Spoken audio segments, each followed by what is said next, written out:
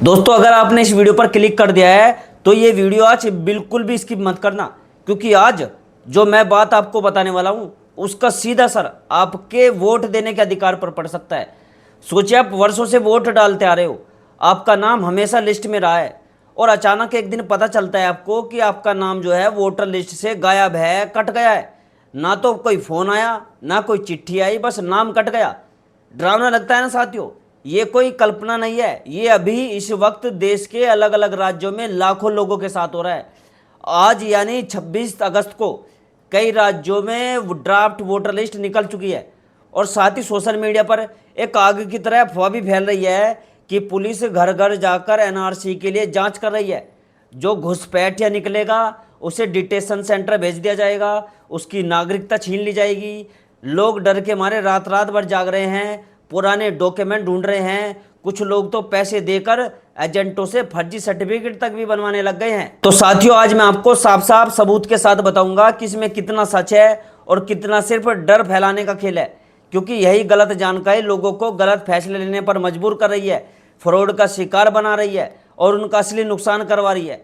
तो वीडियो को आखिर तक देखिएगा, क्योंकि इसमें मैं बताऊंगा कि असली प्रोसेस क्या है इसका, आपके घर कौन आएगा, कौन से डॉक्यूमेंट चाहिए होंगे और सबसे ज़रूरी, अगर आपका नाम कट गया है तो अभी आपके पास कितना वक्त है और कितना मौका बचा है। तो देखो दोस्तों, जो प्रोसेस अभी चल रहा है देश में उसका नाम है एसआईआर, यानी स्पेशल इंटेंसिव रिवीजन।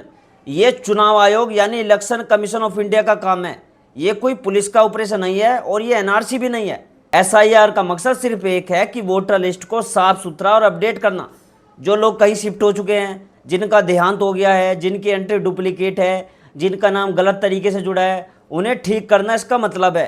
ठीक है, इसके लिए बीएलओ जो है यानी जो बूथ लेवल ऑफिसर है वो आपके घर आएंगे, पुलिस अफसर नहीं आएंगे। ठीक है, बीएलओ आपको एक फॉर्म देंगे, आपकी जानकारी लेंगे और अगर आपका नाम पुरानी वोटर लिस्ट यानी 2002 से 2004 के बीच की लिस्ट से मैच हो जाता है तो आपको कोई भी एक्स्ट्रा डॉक्यूमेंट देने की जरूरत नहीं है।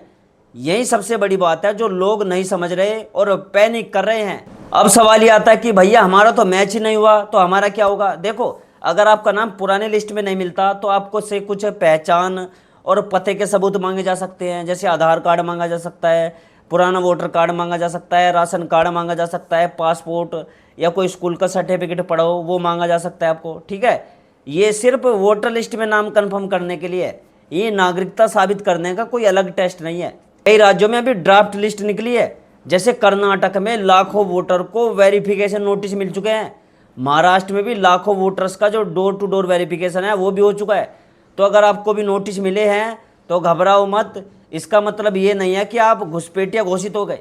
इसका मतलब सिर्फ इतना है कि आपकी एंट्री का पुराने रिकॉर्ड से मैच नहीं हो पाया है और आपको दोबारा जानकारी कंफर्म करनी है। अब बात करते हैं टाइमलाइन की, क्योंकि यही सबसे जरूरी पार्ट है जो आपको अभी पता होना चाहिए। ठीक है, ज़्यादातर राज्यों में ड्राफ्ट वोटर लिस्ट जो है अभी पब्लिश हुई है या होने वाली है। ठीक है, इसके बाद एक विंडो खुलती है जिसमें आप क्लेम और ऑब्जेक्शन फाइल कर सकते हो, यानी अगर आपका नाम लिस्ट में नहीं है, ठीक है, या कोई गलती है तो आप उसे सुधरवा सकते हो।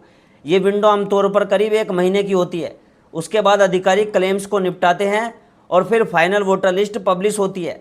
तो अगर आपने अभी अपना नाम चेक नहीं किया है तो आज ही चेक कर लो, क्योंकि क्लेम विंडो बंद होने के बाद सुधार करवाना मुश्किल हो जाता है। अब आप पूछोगे कि हम अपना नाम कैसे चेक करें लिस्ट में बिना किसी ऑफिस में जाए? ठीक है, तो इसको देखो 3 रास्ते हैं। पहला तो आप 1950 नंबर पर एसएमएस भेजकर अपना ईपिक नंबर यानी वोटर आईडी नंबर डालकर स्टेटस चेक कर सकते हो। दूसरा, आप 1950 वोटर हेल्पलाइन पर कॉल कर सकते हो। तीसरा, चुनाव आयोग के ऑफिशियल पोर्टल पर या ईसीआईएन नेट ऐप पर जाकर अपना नाम, कंस्टिट्यूंसी और डिटेल वेरीफाई कर सकते हो। और अगर आपको इंटरनेट या ऐप इस्तेमाल करने में दिक्कत है तो अपने इलाके के बीएलओ से सीधे मिलो। ठीक है, वो आपकी पूरी मदद करेंगे। ये प्रोसेस पूरी तरह फ्री होता है, इसके लिए किसी को पैसे की देने की ज़रूरत नहीं है। अब दोस्तों, आपको मैं वो चीज़ें बताता हूँ कि आपको क्या क्या तैयारियाँ करनी है ताकि आगे कोई दिक्कत ना हो आपको। सबसे पहला काम तो अपना आधार कार्ड और वोटर कार्ड निकलवाओ और चेक करो कि दोनों में नाम, पता, जन्मतिथि एक जैसी है या नहीं। ठीक है, अक्सर देखा गया है कि लोगों के आधार में नाम कुछ और होता है और वोटर कार्ड में स्पेलिंग अलग होती है। यही छोटी सी गलती बाद में बड़ी परेशानी बनती है।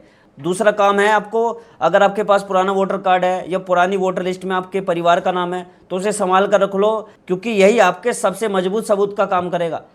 तीसरा काम आपको करना है, अगर आप हाल ही में कहीं शिफ्ट हुए हैं, नई जगह पर रहने लगे हैं, तो अपना पता अपडेट करवा लो, क्योंकि पता ना मैच होने पर भी नोटिस आ सकता है। चौथा जो काम आपको करना है, बुजुर्गों के डॉक्यूमेंट पर खास ध्यान दीजिए, क्योंकि बहुत बार पुराने डॉक्यूमेंट में प्रिंटिंग खराब हो जाती है या डिटेल धुंधली पड़ जाती है। ठीक है, ऐसे मामले में वेरिफिकेशन में ज़्यादा समय लगता है, तो पहले से एक ही साफ फोटो कॉपी बनवा कर रख लो। अब एक और चीज़ साफ कर देनी जरूरी है आपके लिए, वो है एनआरसी को लेकर जो कन्फ्यूजन फैला हुआ है। एनआरसी यानी नेशनल रजिस्टर ऑफ सिटीजन, अभी तक देखो सिर्फ असम में लागू हुआ है, वो भी 2019 में लागू हुआ था कोर्ट के आदेश पर, एक खास प्रोसेस के तहत। पूरे देश में एनआरसी लागू करने का कोई ऑफिशियल ऐलान अभी तक नहीं हुआ है। तो जो ये वीडियो मैसेज ये बोल रहे हैं ना कि एसआईआर के बाद सीधे पूरे देश में एनआरसी शुरू हो जाएगी और लोग घुसपैठ या घोषित कर दिए जाएंगे, ये बात अभी वेरीफाइड नहीं है। ठीक है, एसआईआर सिर्फ वोटर लिस्ट को सही करने का काम है, चुनाव आयोग का काम है, गृह मंत्रालय या पुलिस का नागरिकता जांच अभियान नहीं है ये। तो अब आप सोच रहे होंगे कि अगर नोटिस आ जाए तो करना क्या है फिर। अगर देखो आपको बीएलओ से नोटिस मिलता है कि आपका नाम मैच नहीं हुआ है, तो सबसे पहले तो घबराओ मत। आपके पास क्लेम और ऑब्जेक्शन विंडो के दौरान अपने डॉक्यूमेंट सबमिट करने का पूरा मौका होता है आपके पास। आप अपना आधार कार्ड, राशन कार्ड, पुराना वोटर कार्ड या कोई भी सरकारी पहचान पत्र देकर अपनी एंट्री ठीक करवा सकते हो।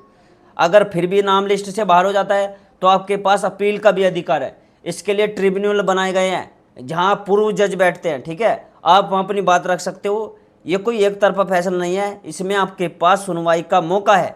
दोस्तों मैं आपसे यहाँ पर देखो एक बात साफ कहना चाहता हूँ, हमारे चैनल पर हम हमेशा वही जानकारी देने की कोशिश करते हैं जो वेरीफाई हो, चाहे वो जानकारी उतनी सनसनीखेज ना लगे। क्योंकि दोस्तों इस वक्त सोशल मीडिया पर बहुत सारा जो कंटेंट है सिर्फ डर बेचने के लिए बनाया जा रहा है, बिना सोर्स के दावे किए जा रहे हैं, ऐसे ही दावा कर देते हैं। और इसका सबसे ज़्यादा नुकसान उन लोगों को हो रहा है जो कम पढ़े लिखे हैं, गांव देहात में रहते हैं, जिनके पास वेरीफाई करने का कोई साधन नहीं है।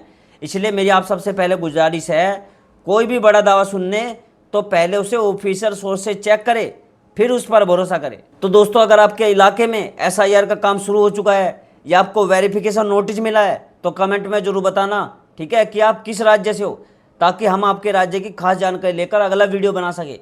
और अगर वीडियो काम का लगा हो तो चैनल को सब्सक्राइब करना मत भूलिएगा, लाइक जरूर करिएगा और ये वीडियो उन लोगों तक जरूर शेयर करो जिनके डॉक्यूमेंट में कोई गड़बड़ी हो सकती है। ठीक है, ताकि सही जानकारी सबके पास पहुंचे और कोई अफवाह का शिकार ना बने। और अगर आपका इससे रिलेटेड कोई भी सवाल है आप मुझसे बेझिझक कमेंट में पूछ सकते हो, मैं उसका जवाब जरूर दूंगा। ठीक है, तो कमेंट जरूर कर देना और मैं मिलता हूँ दोस्तों आपसे अगली वीडियो में एक नई खबर, एक नई जानकारी के साथ। तब तक के लिए दोस्तों जय हिंद, जय भारत।